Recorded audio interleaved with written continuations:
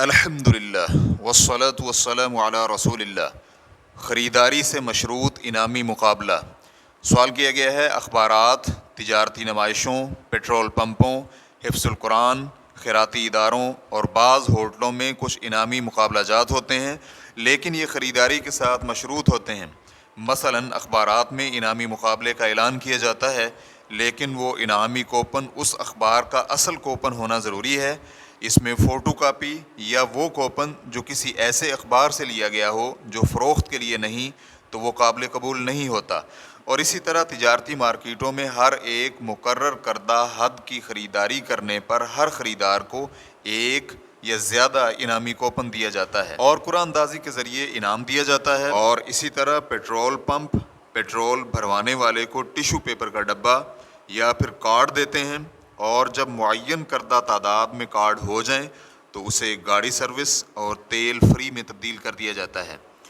اور اسی طرح لانڈری والے بھی پیشگی رقم ادا کرنے کی صورت میں کپڑے دھلائی کی اجرت میں 10% تک کمی کر دیتے ہیں اور جتنی رقم زیادہ پیشگی ادا کی جائے اسی حساب سے اجرت میں بھی کمی کر دی جائے گی۔ اور اسی طرح بعض ٹی وی چینلوں پر بھی انعامی مقابلوں کا اعلان کیا جاتا ہے جس میں شرکت کے لیے اس معین کردہ کمپنی سے خریداری کرنا ہوتی ہے جس نے اس مقابلے کا اعلان کیا ہے۔ اور اسی طرح بینکوں میں رقم رکھنے کا سرٹیفکیٹ وہ اس طرح کہ کچھ بینک کوپن کے ذریعے انعامی مقابلے کا اہتمام کرتے ہیں اور وہ کوپن بینک میں محدود رقم رکھنے والے کو دیا جاتا ہے اور مقابلہ کی قرعہ اندازی کرنے تک وہ رقم بینک میں رکھنا ہوتی ہے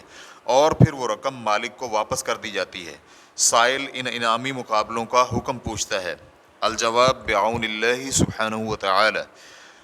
قرعہ اندازی کے ذریعے معین انعامی مقابلوں کے متعلق عرض یہ ہے کہ اگر تو ان انعامی مقابلوں میں شریک ہونے کی رغبت رکھنے والا شخص کچھ رقم ادا کرنے کے بغیر مقابلہ میں شریک نہ ہو سکے، چاہے وہ رقم قلیل ہو یا کثیر، اس نے جو رقم دی ہے وہ بہت زیادہ ہو، ممکن ہے اسے اس کا نقصان اٹھانا پڑے۔ بعض اوقات یہ رقم 10,000 تک بھی ہو سکتی ہے اور اس سے زیادہ بھی، اور بعض اوقات وہ انعام بھی حاصل کر سکتا ہے، تو یہ اس قمار بازی اور جوے کی قسم میں شامل ہوتا ہے جسے آج کے دور میں لاٹری کا نام دیا جاتا ہے۔ مثلاً ایک شخص اپنی گاڑی 1,00,000 ریال میں پیش کرتا ہے اور اس کے لیے 10,000 خریداری کارڈ جاری کرتا ہے اور کارڈ کی قیمت 10 ریال مقرر کرتا ہے۔ پھر ان کارڈوں کو قرعہ اندازی میں شامل کرتا ہے اور ایک کارڈ والے کو گاڑی انعام میں دے دی جاتی ہے اور باقی سب کارڈ والوں کو نقصان ہو جاتا ہے۔ لیکن اگر انعامی مقابلے میں شریک ہونے کی رغبت رکھنے والے کو کوئی رقم ادا نہیں کرنی پڑتی، مثلاً چھوٹے اور بڑوں کے لیے قرآن مجید کا مقابلہ اور اس مقابلہ کے سوالات کے جوابات کے لیے نہ ہی کسی معین ورق کی شرط لگائی جاتی ہے، تو یہ مقابلہ جائز ہے بلکہ یہ مستحب ہے کیونکہ اس میں قرآن مجید کی تلاوت کی تصحیح اور اس کی تفسیر کا تعارف ہوتا ہے۔ اور اسی طرح دوسرے علمی مقابلے جس میں شریک ہونے کے نتیجے میں کسی بھی قسم کا کوئی خسارہ نہیں ہوتا بلکہ اس کا جواب کسی بھی ورق پر دیا جا سکتا ہے۔ چنانچہ جواب کی اس تمہید اور اصول بیان کرنے کے بعد ہم یہ کہہ سکتے ہیں کہ ہمارے اخبار و جرائد اور میگزین میں جو انعامی مقابلہ جات پیش کیے جاتے ہیں وہ لاٹری کی قسم میں شامل ہوتے ہیں۔ وہ اس طرح کہ ان انعامی مقابلوں میں شرکت کرنے والا اکثر طور پر تو کوپن کی قیمت کا نقصان اور خسارہ کر بیٹھتا ہے اور بہت ہی کم ہے کہ اسے کوئی انعام ملتا ہو۔ بلا شک و شبہ یہ قمار بازی اور جوا اور ناحق اور باطل طریقے سے لوگوں کا مال کھانا اور لوگوں کو دھوکہ دینا اور مال ضائع کرنے میں شامل ہوتا ہے۔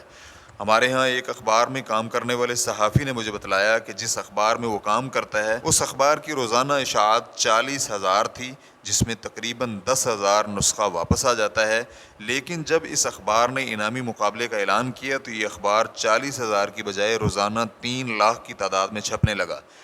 اور اس کا کوئی نسخہ بھی واپس نہیں آتا تھا۔ اس لیے انعامی مقابلوں میں شرکت کے خواہش مند حضرات کی اکثر تعداد اسے پڑھنے کے لیے نہیں بلکہ وہ اس کے کوپن کاٹنے کے لیے خریدتے ہیں تاکہ وہ ایک کوپن کی بجائے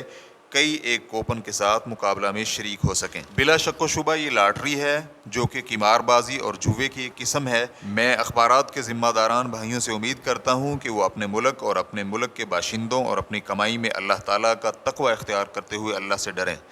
اسی طرح وزارت اعلام اور صحافت کے ذمہ داران سے بھی، جو کہ صحافت اور اخبارات کی نگرانی کرتے ہیں، میں ان سے امید کرتا ہوں کہ وہ اس کے متعلق ایسا موقف اختیار کریں جو ہمارے ملک کی شناخت کے موافق ہو اور جو اللہ تعالیٰ کے ہاں انہیں حساب و کتاب سے بری کر سکے۔ اور اسی طرح ٹی وی کے ان انعامی مقابلوں کے متعلق جن میں شرکت کرنے کے لیے انعامات رکھنے والوں کی جانب سے ایک معین کارڈ خریدنا پڑتا ہے، اس کا معاملہ بھی ایسا ہی ہے۔ اور اسی طرح تجارتی مارکیٹوں اور دکانوں کی جانب سے پیش کیے جانے والے انعامی مقابلے جن میں کوپن صرف انہیں دیا جاتا ہے جو ایک معین مبلغ کی خریداری کرتے ہیں۔ اس کا مطلب یہ ہوا کہ اس انعامی مقابلے کے کارڈ کی قیمت رکھی گئی ہے جو خریداری بل کے ضمن میں ادا کی جاتی ہے، تو یہ بھی لاٹری کی ایک قسم ہی ہے۔ اور اسی قسم کی سرگرمیاں جیسے اخبارات کے مقابلے، ٹیلی ویژن کے مقابلے، تجارتی دکانوں کے مقابلے، نیز بینکوں میں مقابلوں میں شرکت کے لیے دی جانے والی ڈپازٹ سرٹیفکیٹس جن کے ذریعے جمع کنندہ کو شرکت کے کارڈ دیے جاتے ہیں، جیسا کہ سوال میں ذکر کیا گیا ہے۔ جہاں تک بینکوں کے ان ڈپازٹ سرٹیفکیٹس کو قرعہ اندازی یعنی لاٹری کی اقسام میں شامل کرنے کا تعلق ہے،